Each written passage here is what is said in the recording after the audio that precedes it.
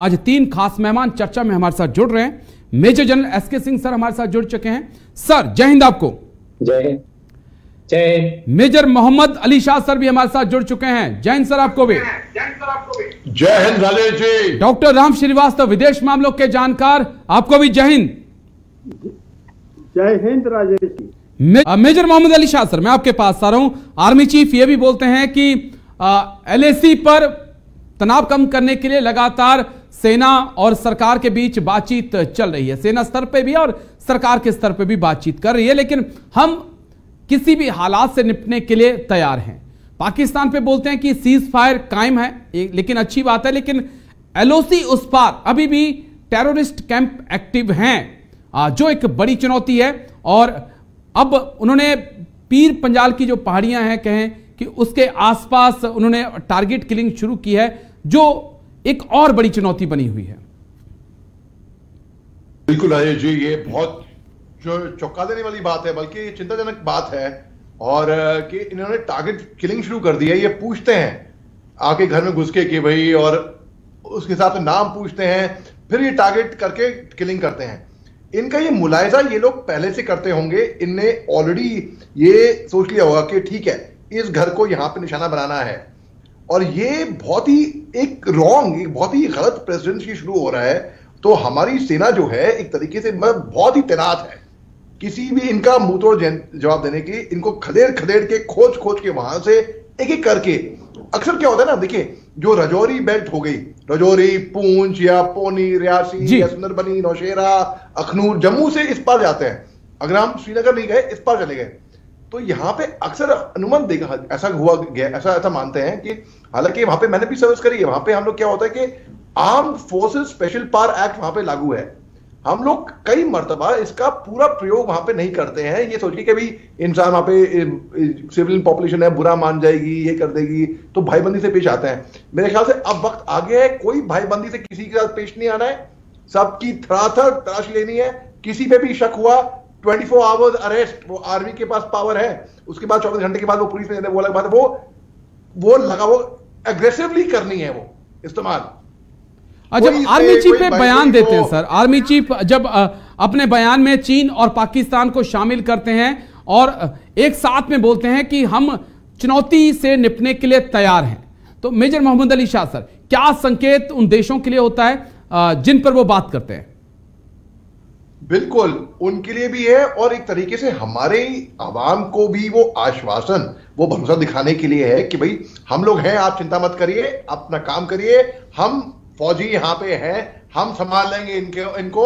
और जैसे कि एक साल पहले भी जनरल बिपिन रावत साहब ने, हमारे सीडी साहब ने कहा था कि हिंदुस्तान तैयार है 2.5 फ्रंट वॉर के लिए। एक तरफ पाकिस्तान, एक तरफ चीन, दूसरी तरफ हमारा जो इंटरनल इंसर्जेंसी है, जो हमारा उग्रवाद का मामला है, जो हमारा टेररिज्म का मामला है। तो ये बाकी जो पड़ोसी मुल्क हैं, इनके लिए भी चेतावनी है, इनके लिए भी ये संदेश है कि हमारे आर्मी चीफ जब कह रहे हैं कि वो तैयार हैं, हम मुंह तोड़ जवाब देंगे इनका। और वो भी अच्छे से जानते हैं हिंदुस्तान की रणनीति की पॉलिसी क्या है, हम किसी को छेड़ेंगे नहीं, लेकिन किसी ने अगर हमें छेड़ा तो हम उसे छोड़ेंगे नहीं। तो इस तरीके से वो भी सुधर जाए, वो भी कान खोल के सुन ले और समझ लें कि अगर उन्होंने टकराया हमसे जो टकराएगा वो चूर चूर हो जाएगा। इसमें तो कोई शक की बात है ही नहीं। हमारे जो फौजी हैं, जाबाज फौजी हैं, हमारे जो सिपाही हैं, हमने एलएसी पे दिखा दिया, आपके साथ में चैनल पे था, जो हमने लट बरसाए थे, हमने चीन के सिपाहियों को भी।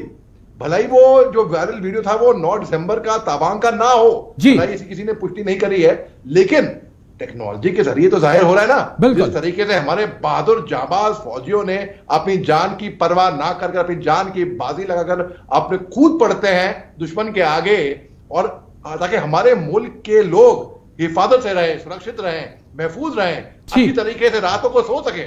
तो हमारी फौज है, बिल्कुल है। और हम इनका ऐसा, ये लोग अगर आपके माध्यम से, आपके चैनल से हमको कोई सरहद के उस पार सुन रहा है, कान खोल के अच्छी तरीके से सुन ले और समझ ले कि हम उनका ऐसा मुंह तोड़ जवाब देंगे कि ऐसे धूल चटाएंगे इन लोगों को हम लोग। ठीक, आज मौजूद हैं 3 पूर्व सैनिक मौजूद हैं, और आज इसी पे चर्चा करना बेहद जरूरी है। Major Mohammad Ali Shah sir, artillery की हम बात करते हैं तो इन्फेंट्री के साथ सीधा तालमेल होता है, इन्फेंट्री के साथ ही चलना है और इन्फेंट्री के साथ ही कदम ताल भी आपने करना है। वाकई में बहुत अच्छा काम किया है, चाहे एयरफोर्स की बात करें, आर्मी एयर डिफेंस की बात करें, चाहे एविएशन की बात करें। आर्टिलरी को हम थोड़ा सा अलग देखते थे पहले, आर्टिलरी की भूमिका भी थोड़ी सी अलग है जंग के मैदान में। किस नजरिए से आप देखेंगे, क्योंकि फॉरवर्ड में आपको इन्फेंट्री के साथ चलना है, 15-16 किलोमीटर पीछे से आपको फायर सपोर्ट भी देना है।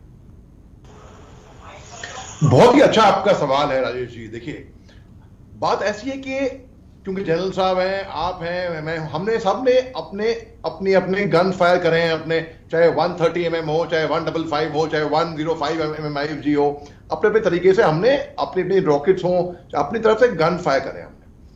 अब आप देखिए, महिलाएं जो हैं, जो आ गई थी, अभी असम राइफल्स में हैं, अभी पैरामिलिट्री में थी, आर्मी में, एयर डिफेंस में आई, पहले तो आर्मी सप्लाई कोर में, ऑर्डिनेंस में, इस तरीके से उसमें, अब फाइटिंग आर्म में, एयर डिफेंस में, अब आर्टिलरी में आर्मी चीफ साहब ने भी इसकी घोषणा करी है जी। मैं आपको एक हल्का सा वाकया सुनाता हूं। आज से 15 साल पहले की बात है, 15 जनवरी 2008 को मैं आर्मी परेड होती है तो मैं वहां पे कमेंट्री कर रहा था आर्मी परेड ग्राउंड में जी। तो वहां से, क्योंकि मैं तब असम राइफल्स में था, मैं तो पैरामिलिट्री थी वो, तो वहां से चीफ ने मेरे को सुना, और चीफ तब वो भी आर्टिलरी के थे, तो खाने के थे, जनरल दीपक कपूर साहब। जो जनरल दीपक कपूर साहब ने हैंड पिक किया मेरे को 26 जनवरी पे आर्मी हाउस से, मैं अनाउंसमेंट करूंगा, वहां से MC करूंगा। तो 26 जनवरी में पेड़ के ऊपर एक स्टेज बना दिया गया था। तब हमारे देश के राष्ट्रपति, प्रधानमंत्री, डिफेंस मिनिस्टर साहब, डिफेंस सेक्रेटरी, तीनों chief, air marshal Arjun Singh, जितने भी टॉप ब्रास थे, सब वहां पे मौजूद थे। तो मैंने कहा ये ऐसा मौका बार बार नहीं मिलता है, ये मौका है मार दो चौका। तो तब मैं दिल्ली आया था 26 जनवरी की परेड कमांड करने के लिए। 26 जनवरी की परेड मैंने सुबह को कमांड करी, असम राइफल का दस्ता। फिर मैंने अनाउंसमेंट करी वहां से, क्योंकि ऐसा क्यों होता है कि अभी तक कोई लेडी ऑफिसर ने परेड कमांड नहीं करी है, दस्ता कमांड नहीं करा है कर्तव्य पथ पे। तब उस टाइम पे राजपथ था ये।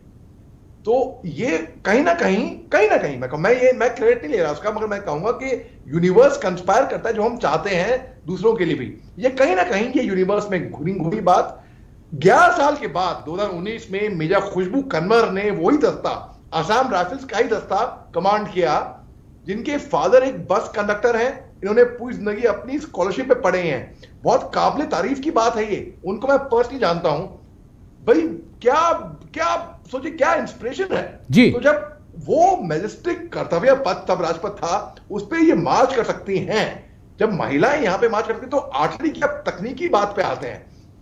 देखिए, हम जब ग्रिड रेफरेंस निकालते हैं, या हम जब एक सिंगल गन फायर देते हैं, या बैटरी टारगेट देते हैं, या ट्रूप टारगेट देते हैं, तो हम order as GPO, gun position officer होता है। और जो हमारे, आपको तो जानते हैं, जो हमारे दर्शक हैं, जो सिविलियन जो देख रहे हैं, देखिए जो राजीव जी ने बात करी, हम जो सीमा से थोड़े पीछे होते हैं, जैसे कि इंडियन फील्ड गन हो गई। इंडियन फील्ड गन का जो कैलिबर है, वो उसकी जो रेंज है 17200 किलोमीटर तक वो फायर कर सकता है, क्षमता है। बीच में होगी इन्फेंट्री, जो कि आमने सामने, क्वीन ऑफ द बैटलफील्ड। लेकिन आर्टिलरी को कहते हैं द गॉड ऑफ वॉर का, युद्ध का भगवान मानते हैं इसको, और कहते हैं when the big guns roar even the gods sit up and listen।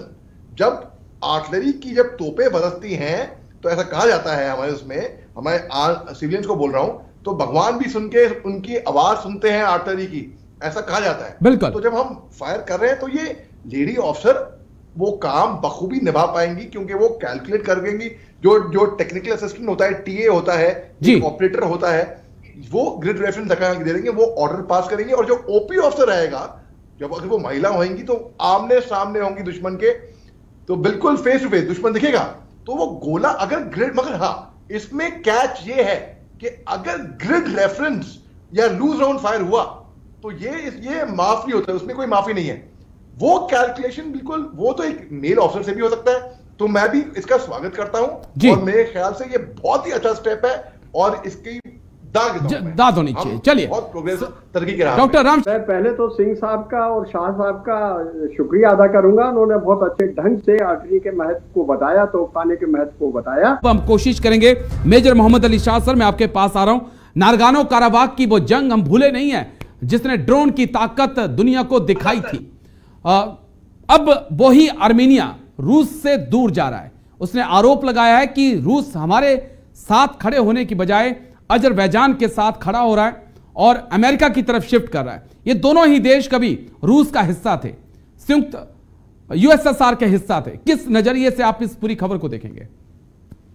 बिल्कुल राजेश जी, देखिए आपका बड़ा अच्छा सवाल है और बड़ी अच्छी बात करी आपने। देखिए कि ये दो राष्ट्र एक टाइम पे यूएसएसआर का हिस्सा थे 1991 से पहले, जब डिसइंटीग्रेशन हुआ था इनका और ये फ्रैगमेंट हुए थे। यूक्रेन भी इसी का हिस्सा था। यूक्रेन को भी अगर यूक्रेन और रूस तो एक बड़े भाई छोटे भाई की तरह थे बिल्कुल।